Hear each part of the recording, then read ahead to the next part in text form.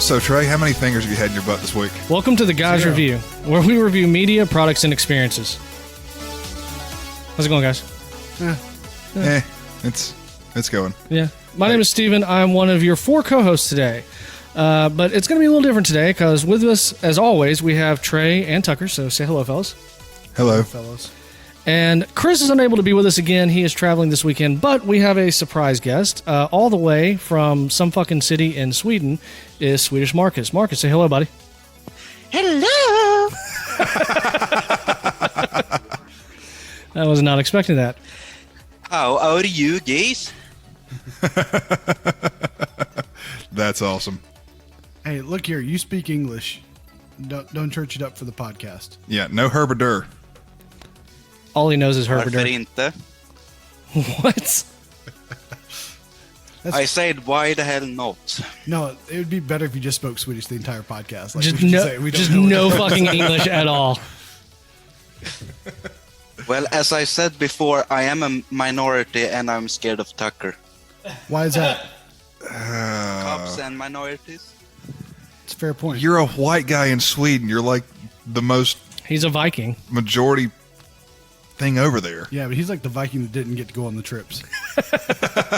Have you seen Marcus? I think I've asked you this before. That what is that? Oh my God, The it's show Vikings? Northmen. Norseman? Have you seen that? Yeah. Marcus is like the actor. And by the way, Steven, that's like calling you Americans for Canadians. We hate the Norwegians. Is that about? Oh yeah, Norseman. I Yeah. guess. Yeah. Vikings aren't Swedish. Well, just don't call us Canadians because we don't like one of them. Well, Fuck you, Al. he's not full Canadian. He's Portuguese Canadian. I think he was born and raised in Canada, though. Yeah. Canada? Yeah. Yeah. That's Okay, close. so before we get totally off track, today we're going to be reviewing. late. I know. Today we're going to be reviewing the Eagles soundtrack, the Eagles album, Hotel California. Boo. Boo. Yeah, I didn't like it. You know, we're not even there yet. Yeah, we'll get to the ratings It's a and stuff. 5-bear album. Oh my god. Jesus Christ. Before we get into that, though, let's talk a little bit about our week. So I Start guess with Marcus since he is the guest. Well, I was going to let it end on him. Marcus, you want to go first? You want to go last, buddy? I can do sloppy seconds. Okay, so we'll put you after Trey as usual then. All right, Trey always goes first. Trey, Marcus, me, Tucker. Trey, how was your week, buddy? It was okay. Like, corporate came to my store and told me I'm doing okay. Yeah, that's good. Well, I'm #1 in sales again this month so far. Of course. Yeah. Sorry. Dominating and shit. How does it feel knowing that you're like perpetuating a cycle working for that company? I mean, they charge like 40% interest. We don't charge interest. It's called lease fees, and you pay it if you lease a car. It's still interest. It's not interest though. You can call it whatever you want to. It's interest. No, because interest at that rate would be like usury. Oh, big word. That is a big word. I don't know if Tucker knows it. I think Marcus is probably more in danger there than me. Marcus, do you know what usury means? One more time? Usury. Nope. Sorry, I don't know either. It's like predatory lending. Yeah. Yeah, Basically, Trey is a loan shark. I'm not though, but I know one. Those guys are pleasant. Or not. They're pleasant if you pay them their money. Yeah, their collection practices leave a lot to be desired, though. But what's the difference between a loan shark and a bank? Banks are legal. Banks won't break your legs. That too. No, but banks will leave you homeless. I mean, loan sharks will too. That's fair. They'll burn your place down. Yeah, exactly. Yeah, but banks won't break your legs or your hands. Anything else to add to your week? I don't think so. Cool. Marcus, buddy, how was your week? Well, Hey, wait, let me has real fast. Let me interrupt. Tell everyone a little bit about yourself first of all. Where do you live? You know, what do you do? What's your kind of story? And then give us a backstory on your week. How about that? I'm 32 years old. This is not a I tender. think Shut I'm up. the youngest one of everyone. Yes, you are. I was born and raised in a place called Eskilstuna. How many And, V's does that have in it? Probably none. Sounds like it had a bunch of V's in it. What the fuck? Nothing. Keep going. Yeah, well, I have not done much with my life. I have You gotta Words. admire the honesty. What, like, did you go to work at IKEA, like, as a young man? no, I have been educated in engineering. So I'm an engineer with robotics, if I say so. Nice. Very cool. All right. So- And then I met this Polish cave woman and moved here to Norrköping about 6 years ago. And Wait, I've been did you say living like here you live in like working. Norrköping? North Shopping? Norrköping? Yeah, Norrkoping or whatever? Norrkping. Yeah, Norrköping. Yeah. All right. How do you know about it? I bet on like Swedish soccer and hockey. Of course you do. Do you follow Swedish soccer and hockey, Marcus? Soccer is for assholes, It's fair. but hockey, that's a real sport. Yeah, I bet on Rogel earlier today. They One lost. more time. I bet on like Rogel. They lost to Fargestad.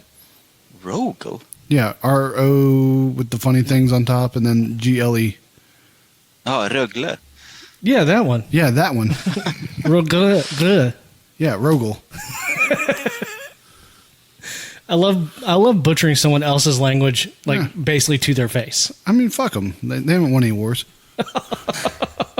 That's what I do whenever I speak English. So what do you want? Dude, you speak better English than all of us combined. At Well, least Chris, because he has the stroke stutter and stuff.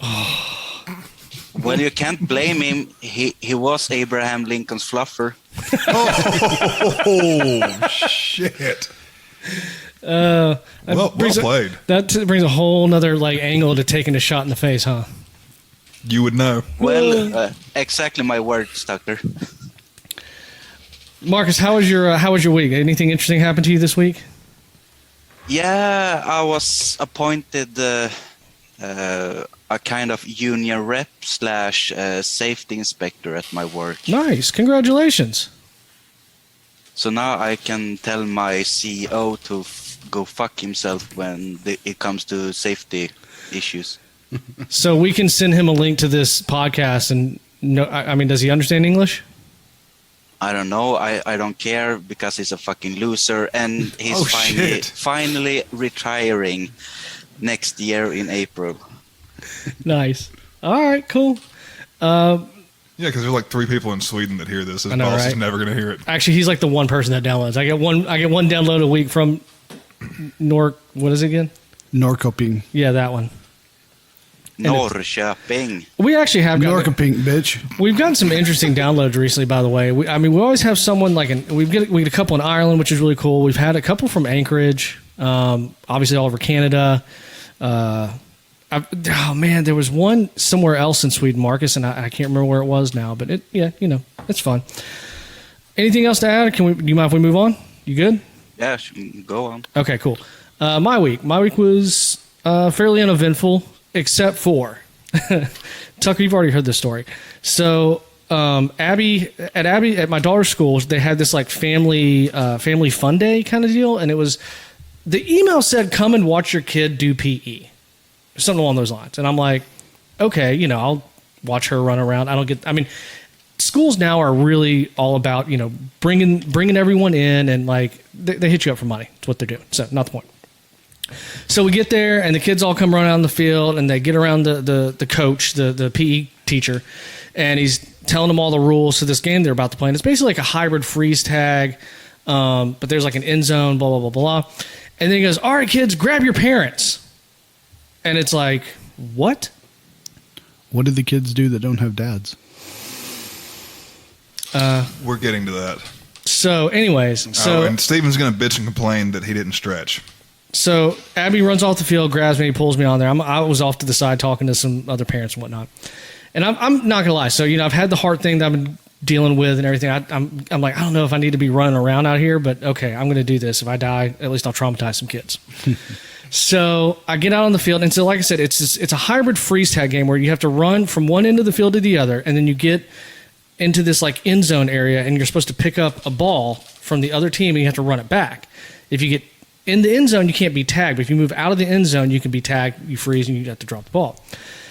There's this one mom who's obviously a runner, because she would streak down the field, and she'd get in the end zone, and she'd like huddle together with like 4 kids, and then they'd all like break out. You had to figure out who had The ball. The ball. Yeah. And what the mom would do is she basically run it. Marcus, do you know what a fullback is in football? Does that mean anything to you? No, I'm not that into That's American hand egg.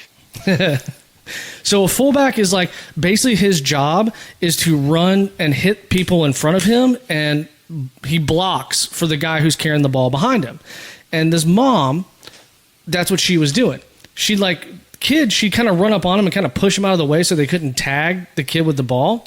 And we played 2 games, okay? So like during the first game, she blocked me a few times, and I mean, I'm playing defense. I'm not running a whole lot, but I'm like, all right, mom, like it's a kid's game. This is not necessary, whatever. By close to the end of the second game, I was getting a little tired of her like running into me because, it's a kid's game. This is supposed to be fun for the kids, right? I'd let her run into me. That'd be fun for me. So And Sergeant Stiffy. So these kids come in and they huddle together and they break out. She comes out and she's like blocking for this kid, and she starts kind of shouldering into me. And I literally said, I was like, Mom, you need to stop. And she kept kind of pushing me out of the way. I'm trying to get this kid behind her. And I finally did one of these where like I just kind of grabbed her and pushed her to the side because she wasn't big. I was bigger than she was. Which is impressive because you're Hobbit. Fuck off. And Yeah, but she's a runner, so he's gonna weigh more than she it's does. fair. You're not wrong. And I But mean, she sounds like she has a short haircut and a nose ring. Those kind of girls can be like fun. the other soccer moms. yeah, she was in athletic clothes, and I really don't remember what the hair looked like, but It was probably up. probably was. Probably shoulder length. Feel like a and up. ponytail. Yeah. Yeah. But like I definitely got a little boobage on the arm because I literally just like I didn't cup the boob. I grabbed like this and just moved her out of the way. So what you're saying is we can expect you to start registering next week. Yeah. Do you have a sexual assault case coming up? Not that I know of. Okay. You want to find out if you have a warrant? I can make some calls. Yeah, go for it because she assaulted me first. I was protecting myself. I was removing her from the situation. So you Rittenhoused her? Ooh. Marcus, what are your Marcus? Have you followed that? No, let's not get political. That's going to get political quick. Fair. That's fair. Okay, never mind. So, anyways, No. About the Ritter thing. No, just strike that. We're not going to talk about yeah, it. let's not do that because that could get pretty polarizing. So, anyways, I moved the mom, I grabbed the kid, and yeah, we won both games. Whoa. Okay, can you also hear me? Oh, yeah. Okay, so Mine's turned up a little loud. do you need it down? Yeah, probably. All right. So yeah, that's pretty much it. Everything else, I'm on call this weekend. That kind of sucks, but Nothing whatever. really happens now. Hopefully not. I got a As call. long as it doesn't freeze. Yeah, I got a call this morning from a guy that had a running toilet for like over a month. So whatever. Awesome. I know. Tucker, Big emergency. I know, right? Tucker, how was your week, buddy? Nobody gives a shit. Jesus Fuck Christ. me. Fuck. Holy shit. You know he has heart problems. I know, but like the thing is, you can see like the pee dribble like on his blue jeans. Oh man, learn how to fucking drive. God, You're welcome. that scared the shit out of me. I saw you No jump. shit. Just an average week. We're getting ready for Thanksgiving, so I got 2 days off next week, which is nice.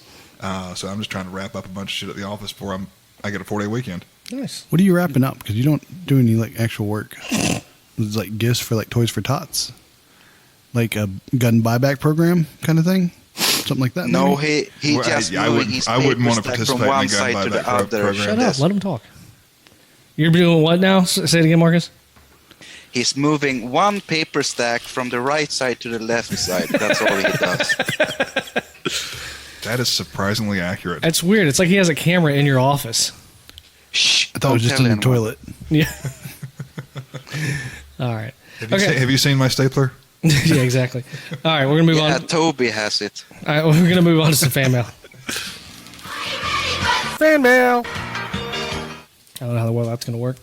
Might have to mess with that. Actually, the funny thing is, we've got one piece of fan mail, and guess who it's from? Fucking hell. Marcus. It's a me. All right. Were you like trying to sound Swedish Italian there? Because that was what was It coming was very up. Mario. Yeah, a It's me, Swedish Marcus. Mario. We have a problem with immigrants. Oh my God! Jesus Christ! I'll allow it. Oh, Jesus. All right, here we go. Marcus sent us this email. This was actually sent it on Monday, but I'm obviously just now reading it. Would you rather is the topic of Marcus's email. Fuck yeah. I know, right? He's gonna have to answer these too. I know, right? Marcus, you're in on this.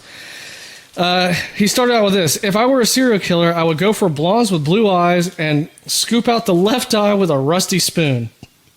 Yeah, sometimes I can be dark. Haha. Well, I have a question. Okay, here you go. Oh, Jesus, Marcus. Would you rather shit your pants with massive diarrhea every time you sneeze, or anytime during the day some random person will kick you in the balls? That is a really fucking tough question. Read that again. okay. Hold on. Would you rather shit your pants with a massive diarrhea every time you sneeze, or anytime during the day some random person will kick you in the balls? Kicking the balls. Diarrhea. I have allergy problems. It would be Yeah, I don't sneeze that often. Yeah, no, but I mean, like I do it, and it's like 6 of them at a time. I'm with Trey on this because yeah. You take a ball kick. Marcus, what would you rather? Now, here's my question: when you talk about somebody getting kicked, is it by just a A random person you don't know. Just says random random person? Or are we talking like a midget like Ashley, or like a fullback like the soccer mom that was outrunning you? I You didn't say she don't was know. It's a random person. It can be someone who's 8 years old. It can be a fit quarterback. You never know. Dude, Abby one time like just straight punched me in the zipper, and it debilitated me for about 20 minutes. We're all adults here. You don't have to say that. She's not here. I know. Sorry. She punched me in the dick. All right. There you go. And it hurt like a motherfucker. And she was like 5 at the time. You should probably not encourage your kid to touch your dick. Trust me, I did not. And I clarified that afterwards. She touched it with a fist. Marcus, Would that get some of your people out of the loophole? the poop hole loophole? No, No. the sex offenders he works with. I just told him That's to some punch me in the Alabama dick. shit. is Probably some not. Yeah, that's what I thought. Can I tell him what we talked about last night? No. Why? No. It's not specifics. Nope. All right, tell me after. God damn it, you suck. Tucker has a hard time working with boners is all it boils down to. Dude, all you do is flip it up in your waistband. No, I've been that's doing what this since like 7th grade. What the fuck? Yeah. The thing we were talking about when I got here last night. We were walking outside and the stuff you were working on at work. Oh yeah, hell no. We're not talking about that. I'm not talking about it. I'm just saying the No, context. We're not talking about it. Still, he has trouble working with a boner. No. No, no, no, and no. Hey, like 6 minutes later, like you don't have to have a boner anymore.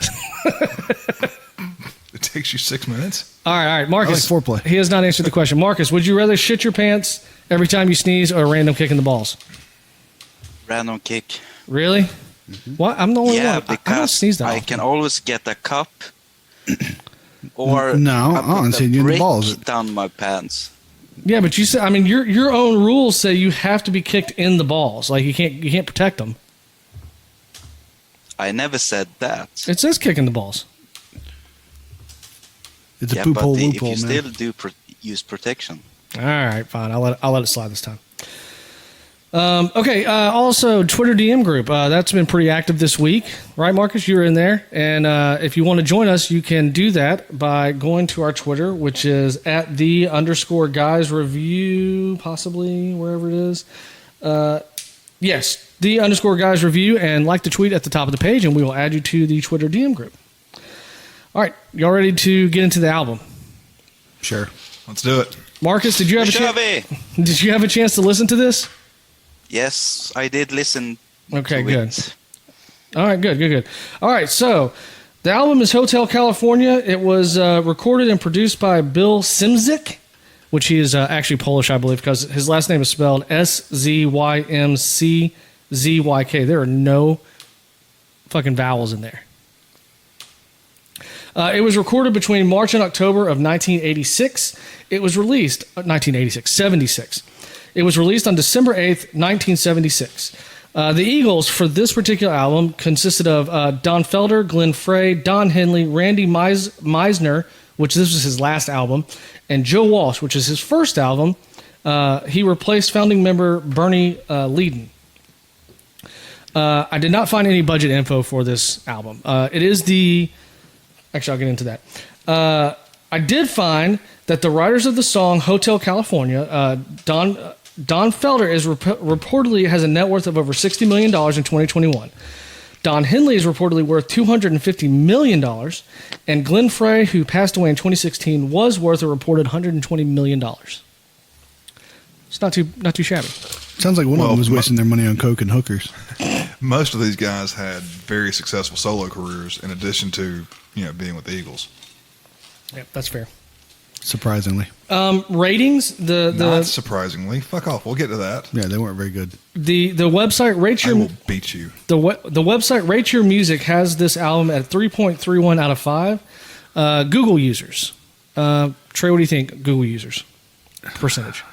87%. I'm going to go a little bit lower. I'm going to go 76. Marcus, do you have a guess on what the percentage of Google users like this album? 72.3. No points, just whole numbers. No, let him do He's it. fine with it.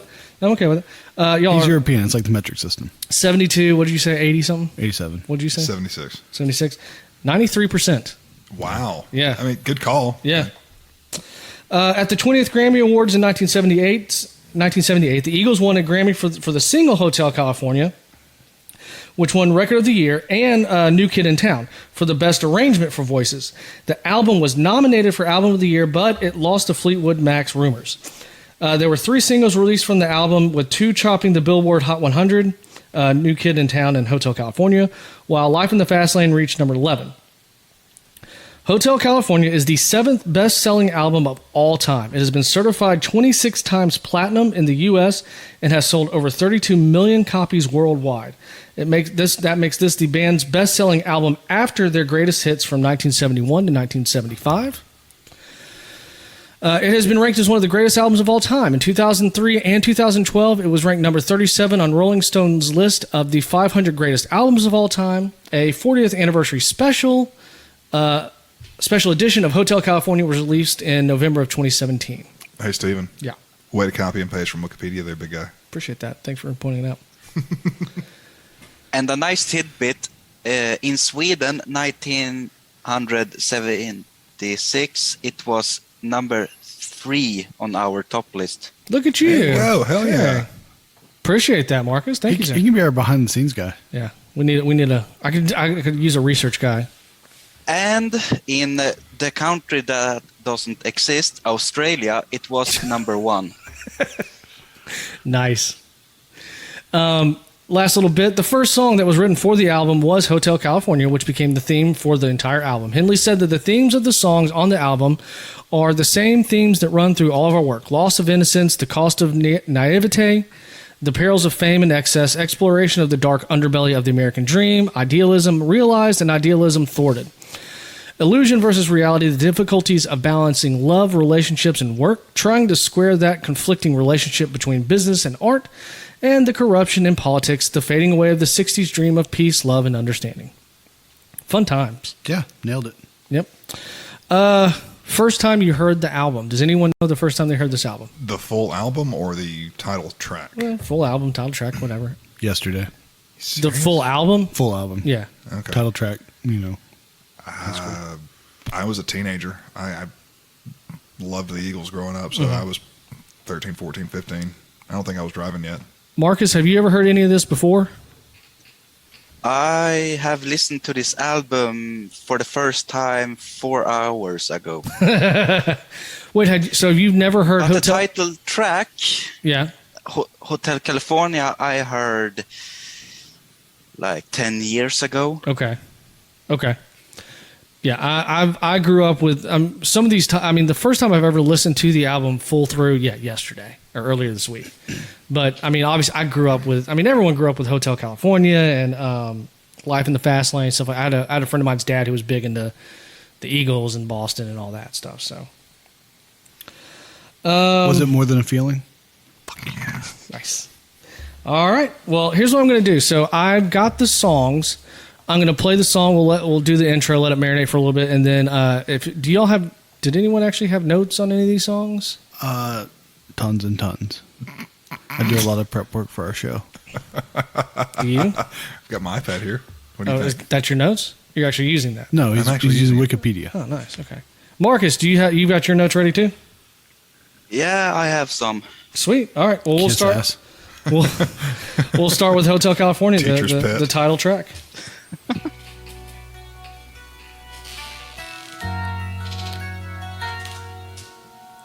If it's not one of the most, Iconic intros. iconic intros of all time.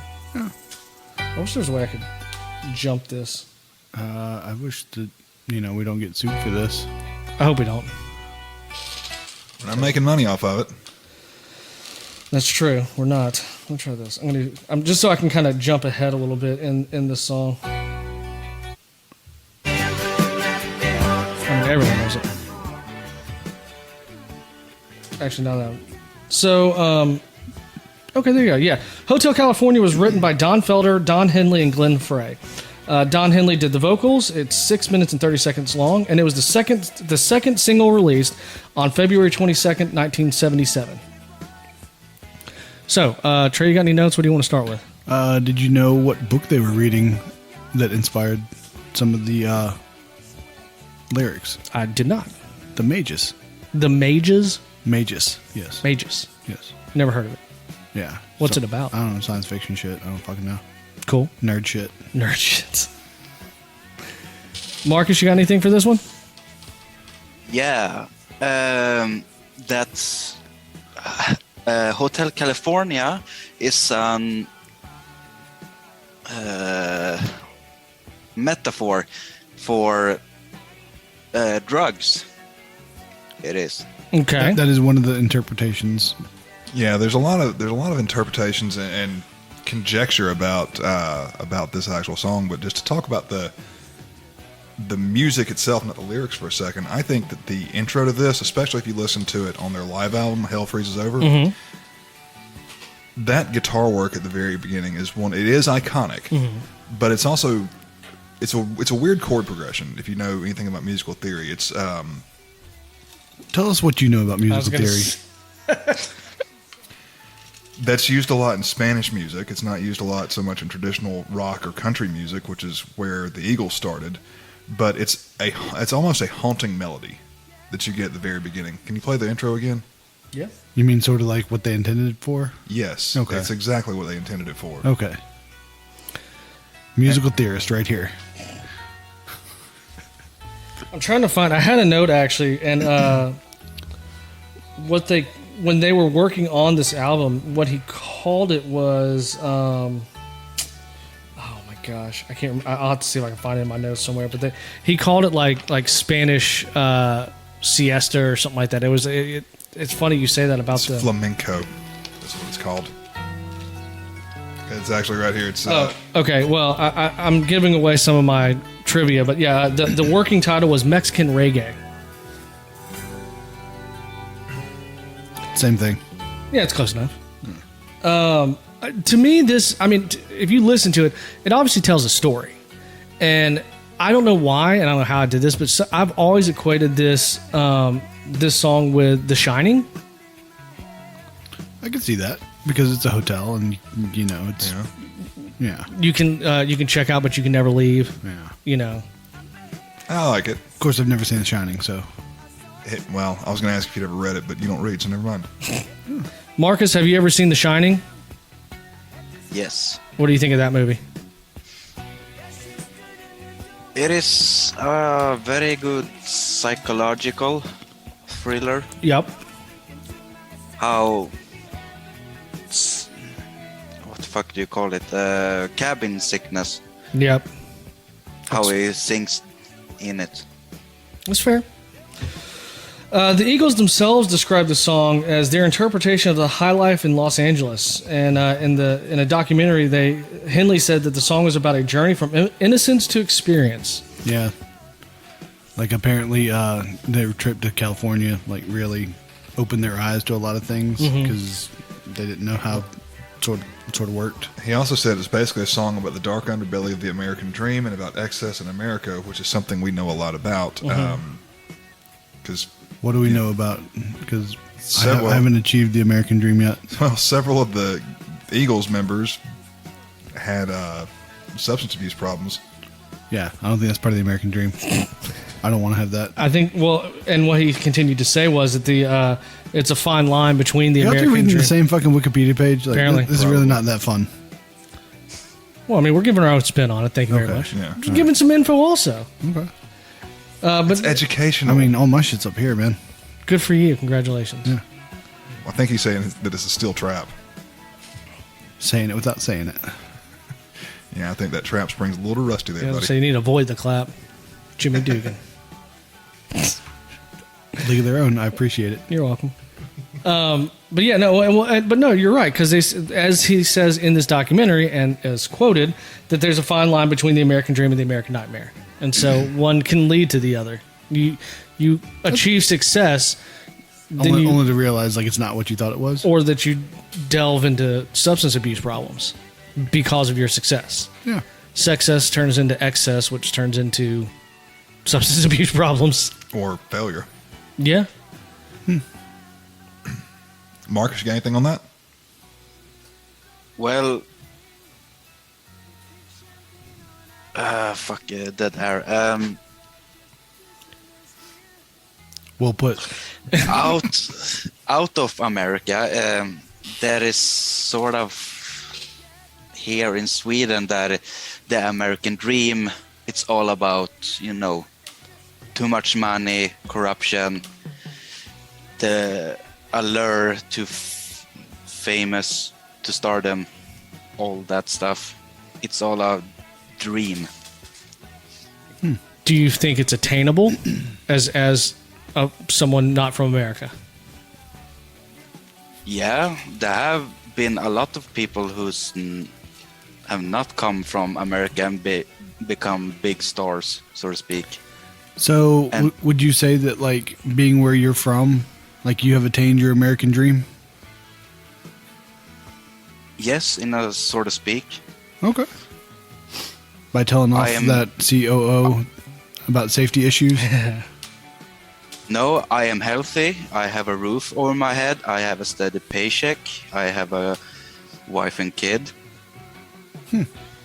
That's interesting. That's an interesting spin on it. Usually, like, Americans actually dream for, like, more grandiose things. Well, I mean, We Swedes are more content. he's not wrong. Well, I mean, I want to say though, Mark, I'm curious just because of what you said about it. So your interpretation of the American dream is basically being rich and famous, correct? Yeah, if your face can be on any big billboard, that's sort of thing. I mean, I understand your interpretation, and I personally disagree with it. That for me, that's not what I think Yeah. the American dream is. But I mean, I appreciate your, from a different perspective. in America, you can get your face on a billboard for about $1,000 a month. Yeah, it's really not that hard. Yeah. Or you can get it for free if you touch little kids. That's fair. Have you seen this person? I was wondering why your face was up on that billboard that time, Tucker. Nope, not mine. Not mine either. I turned myself in. But it's also so funny because I have been raised in socialism, and Yeah. it's completely different from you guys. Yeah. It's tough growing up in communistic Poland. Well, communists are retards. Hot take. I'm not going to disagree with you. Hot take. All right. Let's move on to the second song on the album, which is New Kid in Town, which is written by Don Henley Frey. J.D. Souther, vocals by Glenn Frey. It was 5 minutes. It's 5 minutes and 4 seconds long. It's the first single released off the album on December 7th, 1976.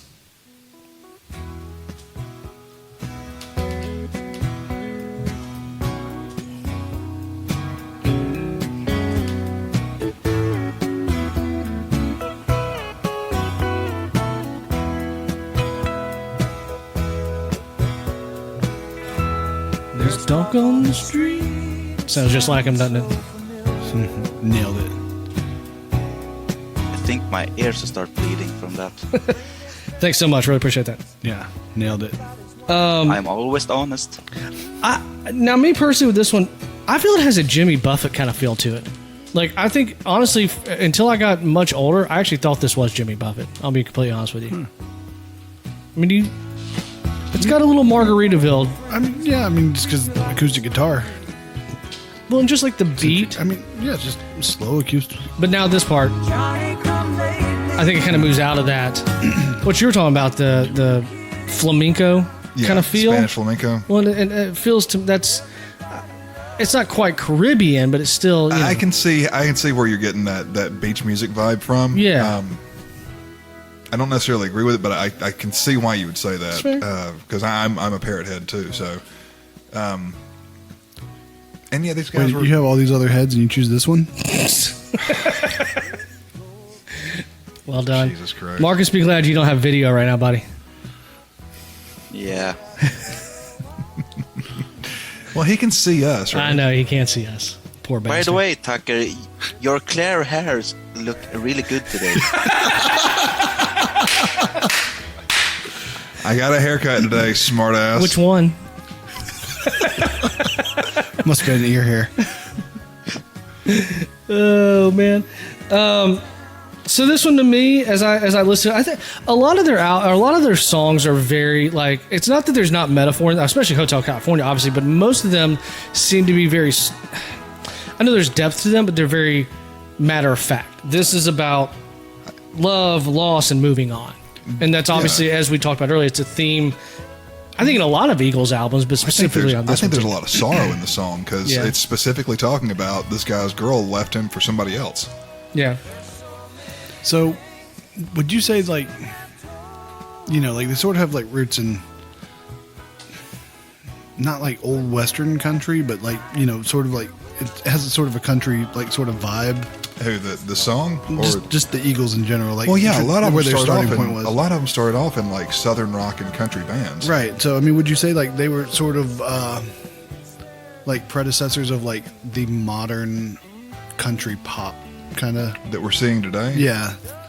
I mean, you could argue that a little bit. I've always classified the Eagles as more of like a soft rock band. I got you, but I mean, like you hear like there's a little bit of like roots in like Twangy. country And music. like Yeah. and like steel guitar. I mean, I see what you're saying. So it's possible, but but you listen to some of the newer stuff today, like Florida Georgia Line or Luke Bryan, and Well, it's got to evolve. well, yeah. I mean, that's why I said the predecessors thereof. Yeah. I could see it. I mean, like I don't really have like a strong opinion on the Eagles because like short of like Hotel California, maybe like one like Joe Walsh song, like I can do without them. Like it's not going to hurt my musical taste. I mean, I liked a lot of Don Henley's solo stuff. Joe Walsh's too. I love the Eagles. I think they do a great job with their style of music. Okay. Marcus, what are your thoughts on this song? Yeah, I think it sounds like a mixture of some kind of blues and something else. All because of the pedal steel guitar that Don Felder uses, Yeah. if you know. That's what he's using. When you hear that sound. That's a good call on that, Marcus. I didn't know who used the steel guitar. So thank you for that. Told you he's our research guy. Apparently. Let's see, hold on. But it's weird because like on this album, like as an overall, I felt like they had like two good songs. That one I'd say is like sort of like middle of the road, and like the rest of it I could do without altogether. Really? Yeah. Well, the next one coming up is one of my favorite one of my great song. favorite Eagles songs ever. Souther, who, like I said, wrote the song, said that this song is about fleeting, fickle nature of love and romance. It's also about the fleeting nature of fame, especially in the music business. We were basically saying, look, we know we're hot right now, but we also know that somebody's going to come along and replace us, both in music and in love. That's fair because I think a lot of them had multiple divorces. I'm pretty sure they did. I think they all did. Yep. All right. Let's move on to track number 3, Life in the Fast Lane. Now, this is another... This is the other banger. Yeah. Super iconic. One of my favorite. This is probably next to Hotel California, my favorite Eagles song. Marcus, have you ever heard this song before, having to listen to it recently? Yeah, 4 hours ago. So you'd never heard it until today? Nope. I only have heard Hotel California track 10 years It's so ago. mind-boggling to But me. I mean, like, it's a different country. I know. Like, yeah. I know. All right, well, Marcus, let's go ahead and start with you. What are your thoughts on this song?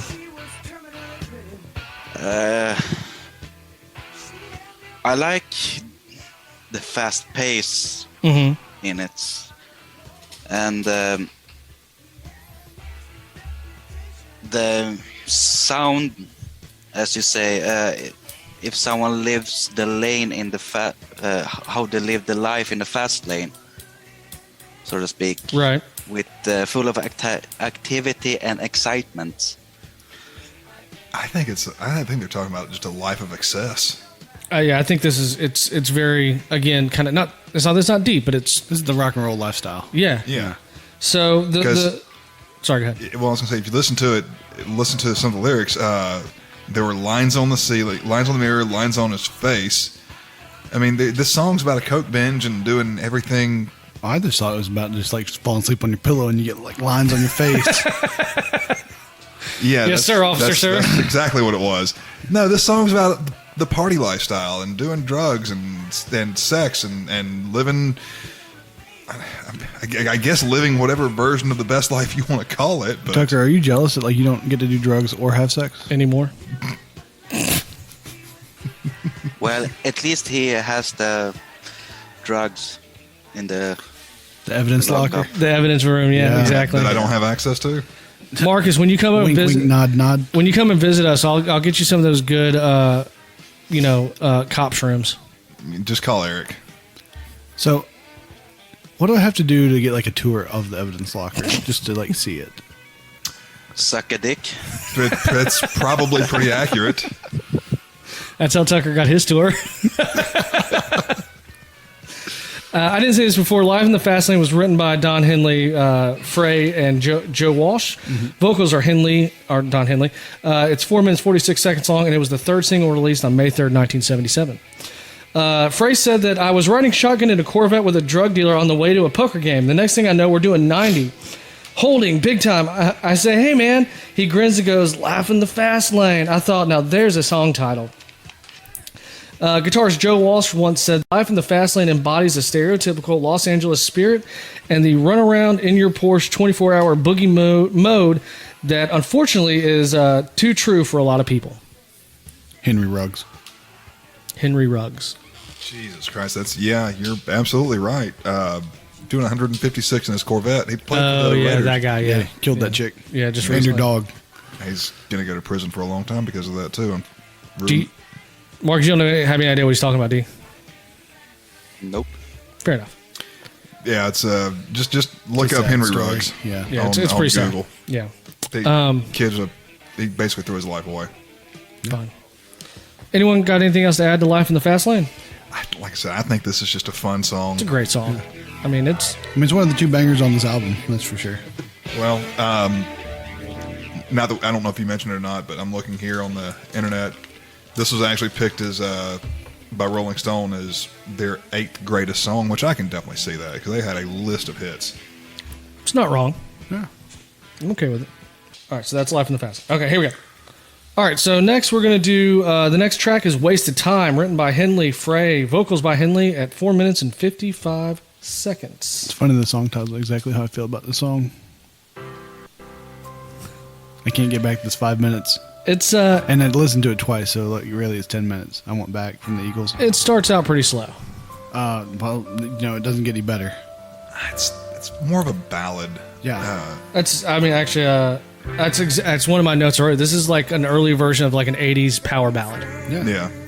I love the guitar, not the guitar, but the piano intro at the beginning of it, and I guess that's, I can't remember who was on the piano.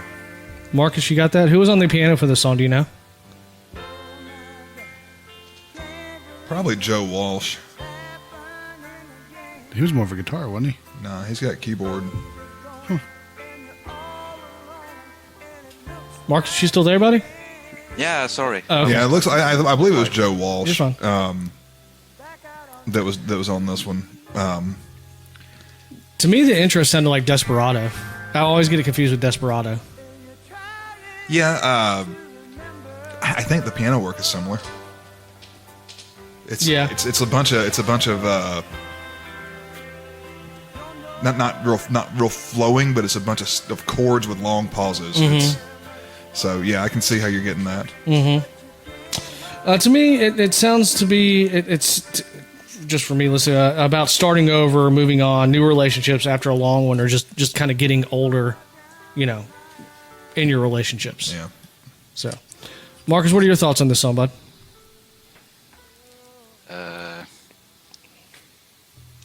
I think I zoned out when listening to this song.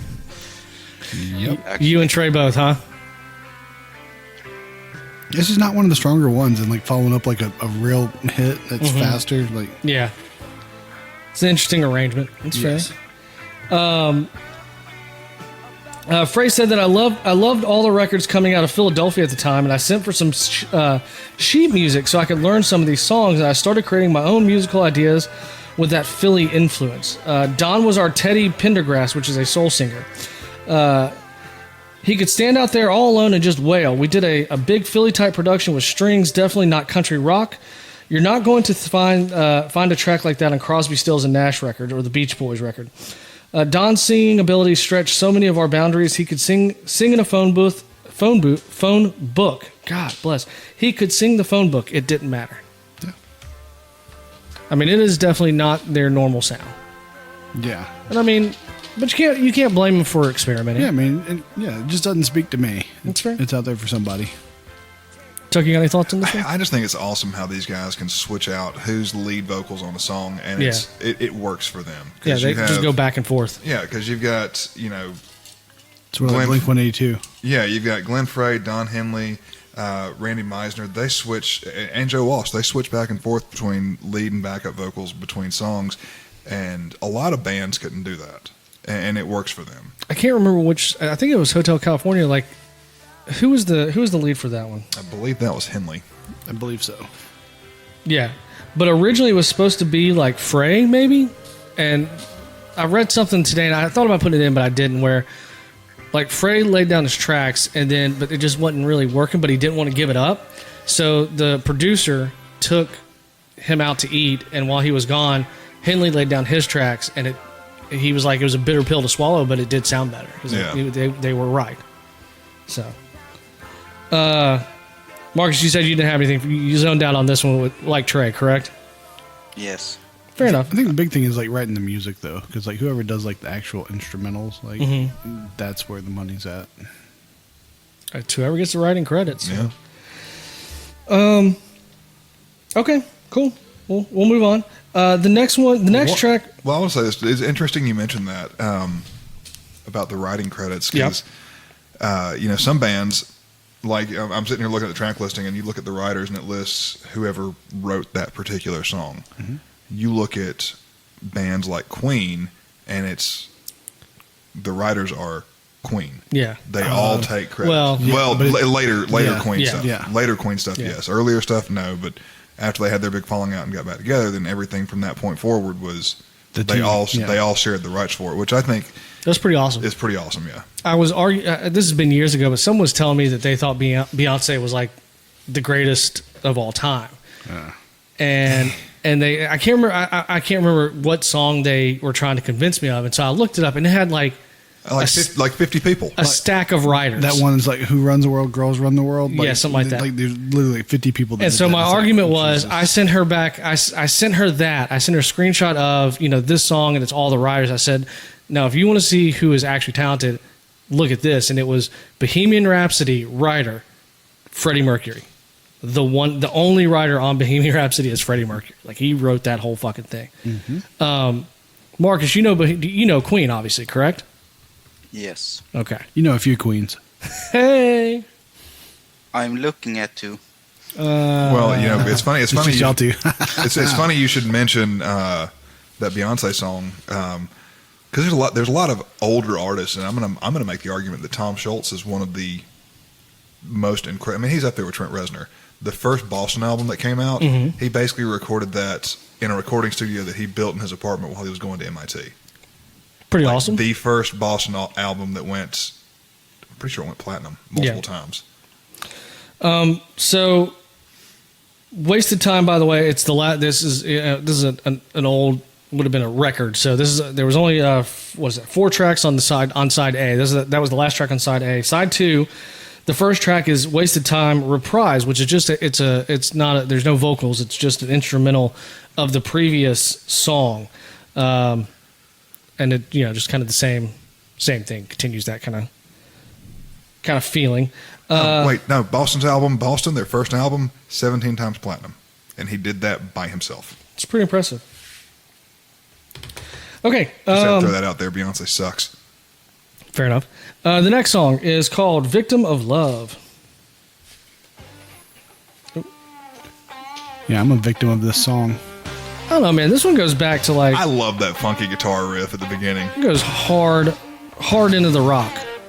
Well, this is going more into southern rock, I feel, with that.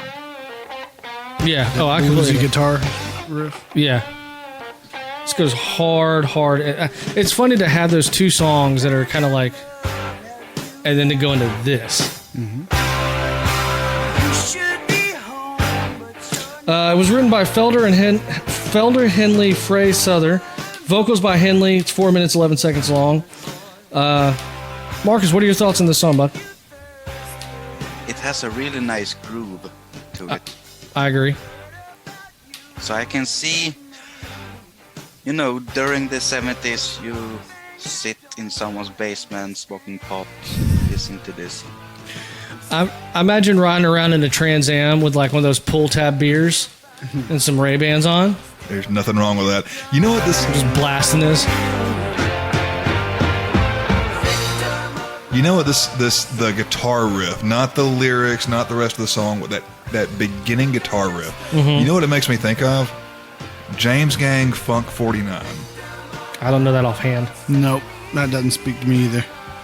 Yeah, you do. Y'all I promise you I don't. You know that song. It's have y'all seen the movie Dukes of Hazzard? Yeah. No. Wait, the new one? Yeah, Which the new one? one. The new one. No, I didn't watch that. The scene where Johnny Knoxville and Willie Nelson are riding around in that drop top Cadillac of Boss Hogg. And they're throwing. That song is James Gang's Funk 49. I'd have to. I don't remember it offhand. You would know it. What's interesting about that, and I think that this is where Joe Walsh's experience is coming into play here. Yep. Joe Walsh was a member of the James Gang before he joined the Eagles. Look at you. Appreciate that. You're welcome. Trey, you got any thoughts? Pass. I don't like this song. Really? No. I think. I mean, it's even fine. with this awesome, like the riff, and I mean, this is Skynyrd-esque, Like I said, this is Joe Walsh taken from James Gang. I feel like I may have heard this song at some point, but I don't really know this song. But I like it. Oh hell yeah! Don Felder explained that we were trying to move into a heavier direction away from country rock. So I wrote 16 or 17 ideas kind of in a more rock and roll direction, and Victim of Love was one of these songs. I remember we went into the studio and recorded it live with 5 guys playing. The only thing that wasn't recorded in the live session was the lead vocal and the harmony on the choruses. Everything else was recorded live, which is pretty impressive, really, if you think about it, Marcus, do you like Skynyrd? Do you like Leonard Skynyrd? Sweet home Alabama. War damn eagle. I'll take that as a yes. Yeah, Then I like Skin. it's hard not to, really. Yeah. I think this hits a lot of the southern rock notes that were really coming through. So that was really a big thing at the time when this album came out, because you had Skynyrd going on and Zeppelin. Yeah, well, Zeppelin, yeah. Zeppelin. But Zeppelin wasn't southern as much as they were bluesy. Yeah, Definitely one I more just had a bluesy. damn brain fart. Hey, Marcus, can you tell us a little bit real fast? I think you and I have discussed this before about the that Swedish subculture that's kind of obsessed with the American South and like the Cotton Eye Joes. yeah, basically. Yeah, the Rednecks. That was the name of the band. And Yeah. they liked that, and But there's like it's like a whole big real subculture in Sweden. What's it called, Marcus? Dragare. Say it one more time. Dragada. So what does that mean? Is that translatable? Yeah, I think, in the 50s, the Greasers, rockabilly guys. Yeah. That, but the redneck style of it. It's fair. Okay. We have a tradition every year before COVID. It was called Big Power Meet. Everyone would ride in old cars, Chevy Impala, like 51, old muscle car style.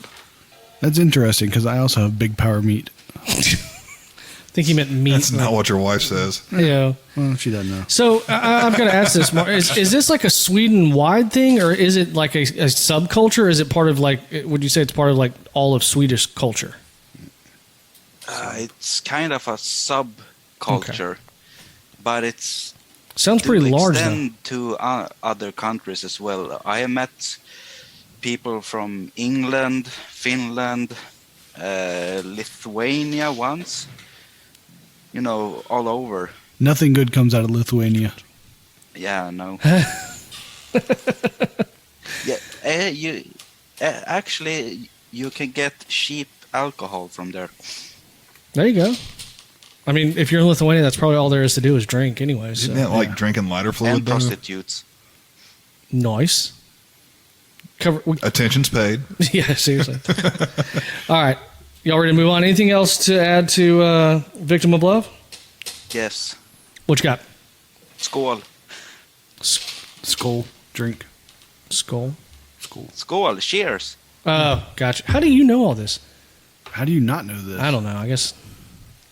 I don't know. He must have Apparently- a secret hard-on on me. No, you That's just, why he. I mean, I'm sure he wants to put his heart on you. I mean, you never been to Minnesota, like the Scandinavian peoples up there? Nope. Skull. Good to know. All right, cool. Next Didn't song. you know Minnesota was founded by Swedish people? Yeah. Wasn't aware. How the fuck do you know that? Because on a tiny, tiny river, during your independence, some Swedish troops have captured an English fort and refused to let the Patriots use it because they wouldn't pay tax on it. Okay. All right, That's So fair. that's area maybe 50 years later, after the English bombarded it became Minnesota. I mean, I knew. Go Vikings! Yeah, I knew up that way there was a lot of. What does Minnesota mean in Swedish? I don't know. You don't want to know. All right. Track number 3 on side 2 is All the Pretty Maids in a Row, written by Walsh, Joe Vitale. Yeah. Vocals by Joe Walsh, 4 minutes and 5 seconds long. Oop, turn it up. Maybe. There it is. Sorry. Another kind of slow one.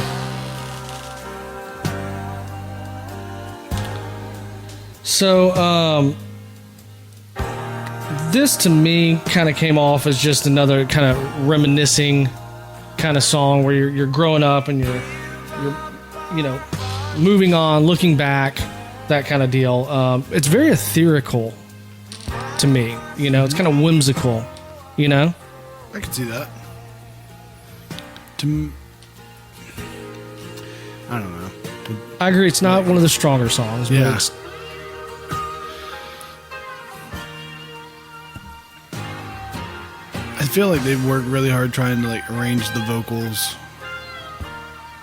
to make it try and be a little better. Mission not accomplished. Yeah, To you. doesn't blow my skirt up.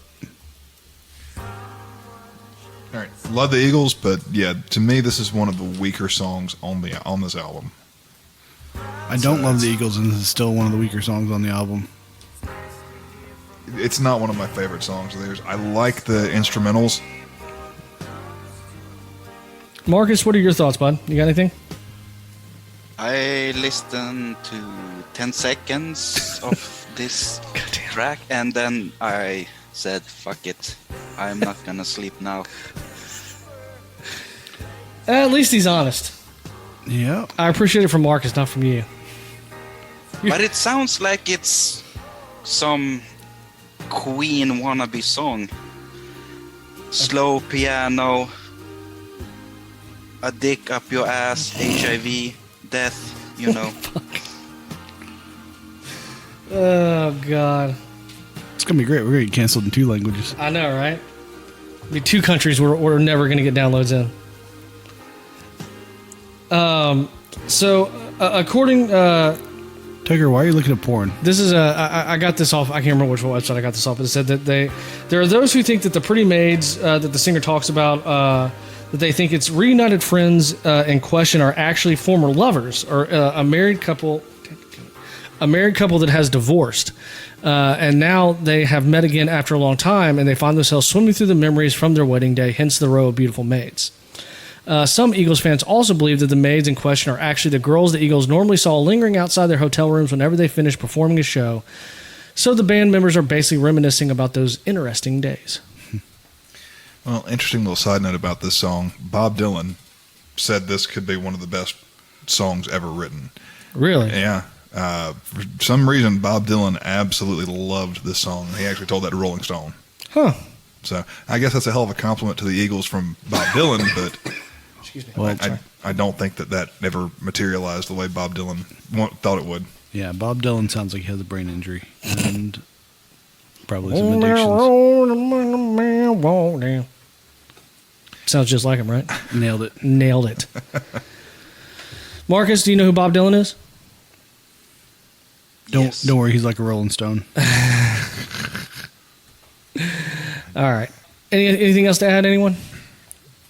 For Pretty Maids All in a Row? Nope. I think next we got Try and Love Again. Try and Love Again. You get more of that southern rock bluesy intro in this. This is the only one on this album that was written by Randy Meisner. Yep. Vocals also by Randy Meisner, and is 5 minutes 10 long. 5 minutes and 10 seconds long. I like this one. It's fun. It's light. You don't like it? Why? There's nothing that like special about it. Like, I think it stands out. I agree. Because you, of the you do vocals. realize we're listening to the opinion of someone that thinks Harry Potter is real. I just want to throw that out. Yeah. well, Marcus, what's your it's opinion? loosely based on a real person. What's your opinion on Harry Potter, Marcus? That's a heated discussion I don't want to get into. No, please do. It's fair. Please do. He's gonna take my side. Wizards aren't real. Well, not anymore. Since the war. Since the war, yeah, I was going to say, there it goes. Marcus, what are your thoughts on this song then? How about that? We'll just keep it topic centered. I think I zoned out on this as well. That's all right. I'm zoning out on you right now. I mean, there's like nothing great But I about did this. It's like just- the guitar in it. I'm okay with I that. could find it. Huh? This whole album is the kind of album you can put on a speaker, sit in your backyard and drink beer with your friends. Yeah. And you don't necessarily have to pay attention to the music, but it just adds to the ambiance. I like this part where it kind of drops out for a second.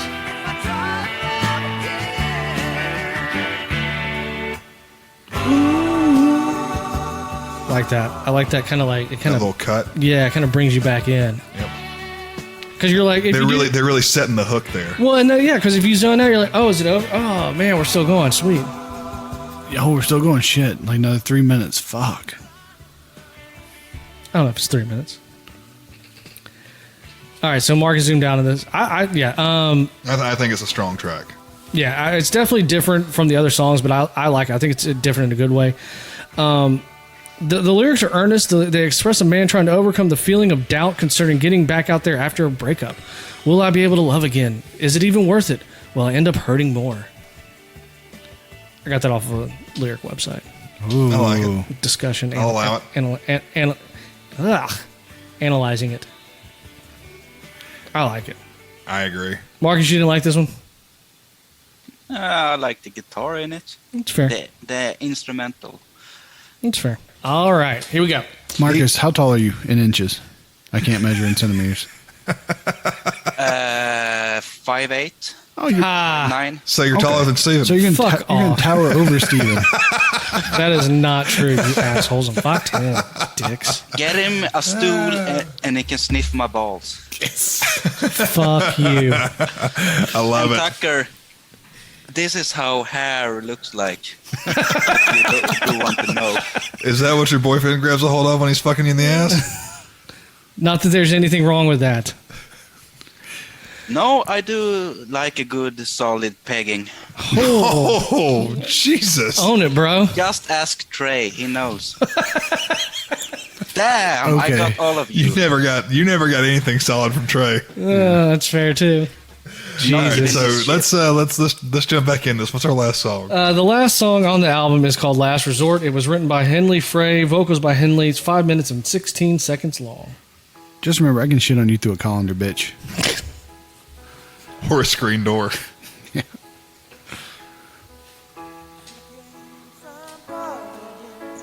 I love this song. Really? Fucking sucks. Best song on the B-side.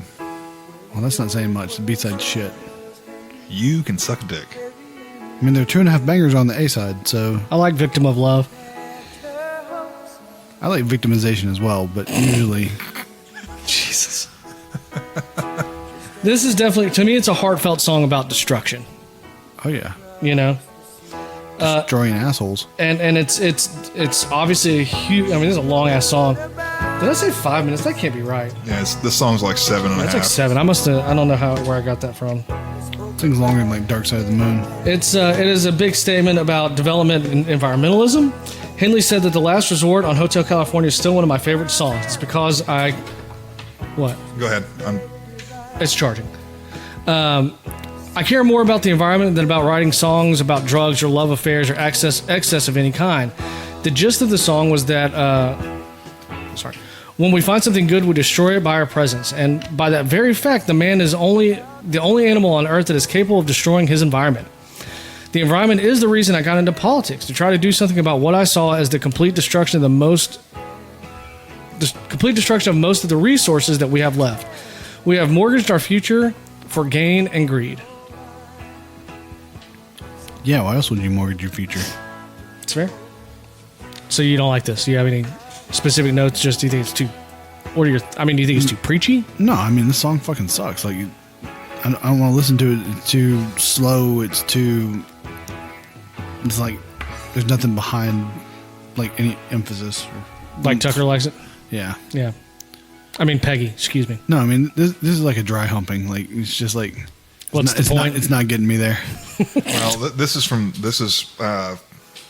the critical reception of this song, and I think that I've never heard of this guy, James Perroni. He's an author.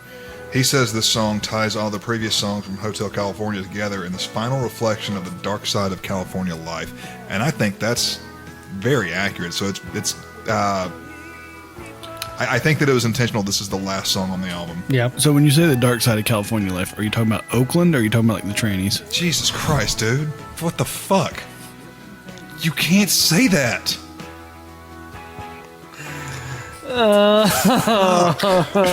What? I'm talking about like a city full of like drugs, or I'm talking about, you know... That is not the what other you were stuff. talking about, and we all know it.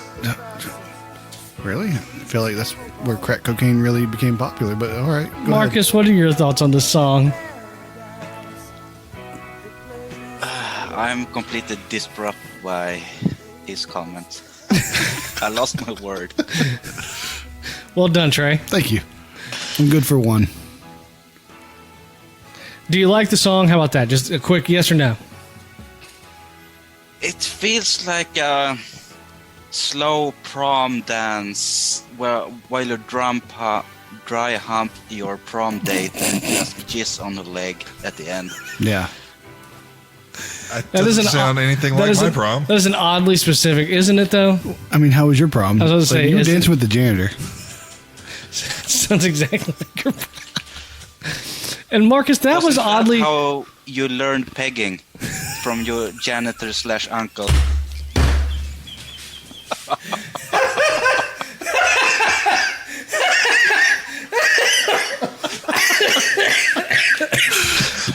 Steven, watch your heart. You're going to give me a fucking heart attack.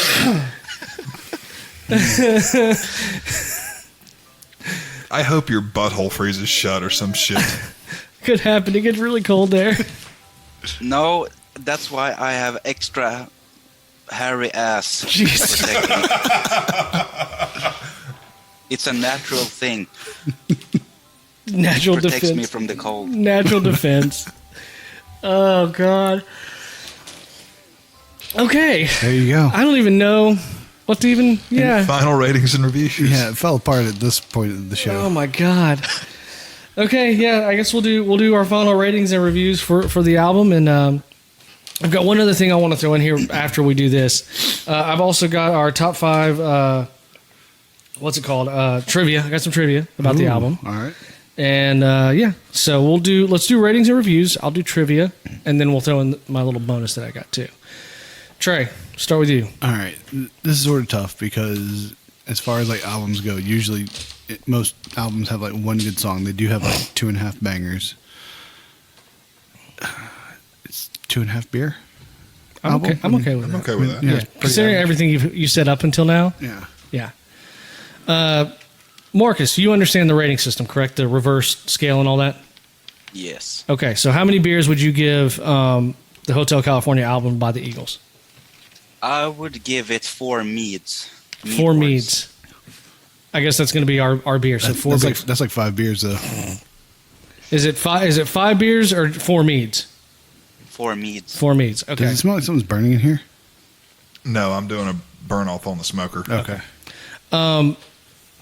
It's a great album. It's the first time I've ever listened to it all the way through. Tucker, you said this earlier, and I completely agree with you. This is, for me, like when y'all come over on a Friday or Saturday night, we're just sitting outside talking. You can turn this on in the background, and It's perfect. it's a great, just kind of easy listening. You know, it's got some bangers. It's got some kind of chill.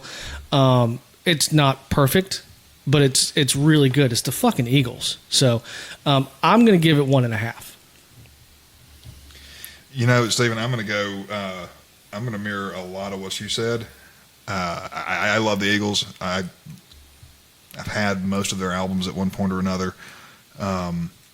I've had a lot of their solo career stuff. You know, Joe Walsh, Glenn Frey, Don Henley. Still on my bucket list to see them in concert one day. See the Eagles play. Better hurry up. They're starting to die off. Yeah, tell me about it. I My love father-in-law this saw album. him when the last, like, back in... I missed him in Atlanta. Yeah.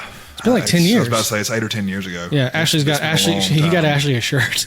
Yeah, so I wanted to go see him then, but you know, money was a Thing. issue at the time, so Yeah. I couldn't do it. Man, this is an album I could listen to over and over and over again Yep. with no problem.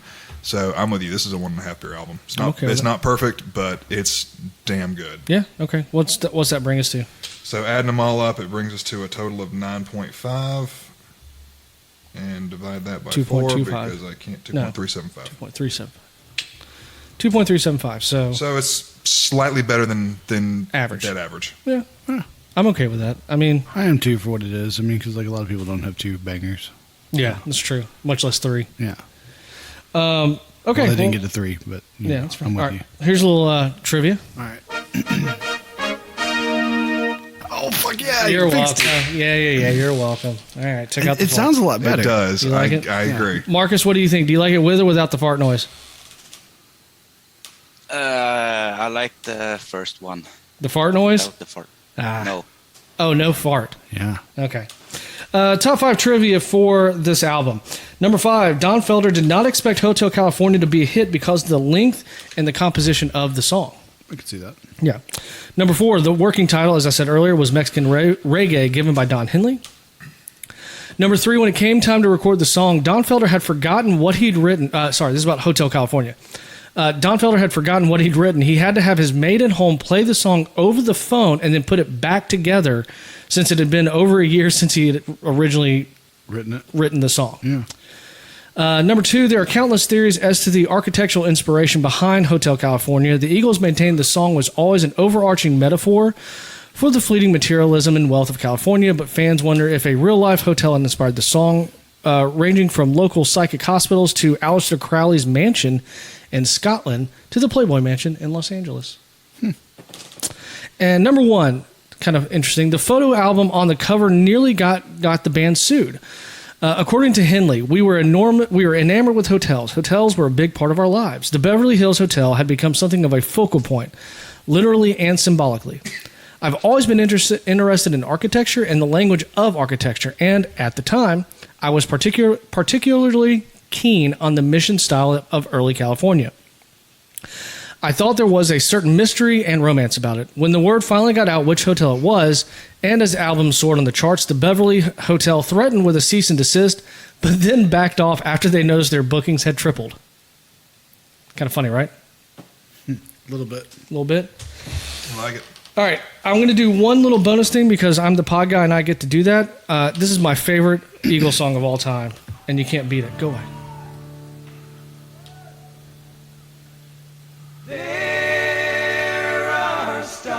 I love this song. 4-part harmony, can't beat it. You can beat it, but Marcus, have you ever heard this song? No, I can't hear it. You can't hear it? No. Go listen to Seven Bridges Road after It's a this. song called Seven Bridges Road. It was actually written by Steve Young back in 1969. They just covered Steve it. Young, before he got to follow Joe Montana. I have no idea. Sorry. Like you realize this is our friend, right? He didn't know what you were talking about. He didn't know what you were talking about. Who's Steve Young? The quarterback. Yeah. I knew that much. Yeah. I was just fucking with you a little bit. Okay. I don't know that much about him, though. Yeah. Followed Joe Montana. Okay. And in this wonderful state of California.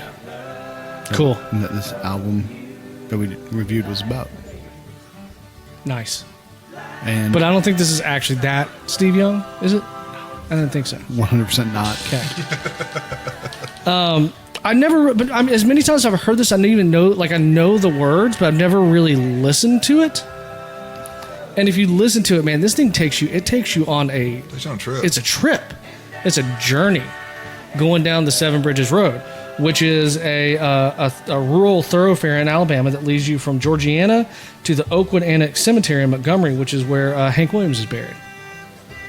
I've driven that road. Have you? Yep. I've never actually You driven do. that road. You know Georgiana is like 30 minutes from where I grew up. No, I did not know that.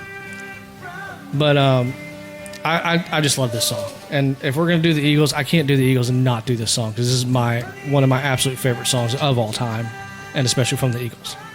So this song originally, this is what they would harmonize to backstage As a warm-up. as a warm up, and someone was like, "Y'all should actually do this," and it's just goosebumps.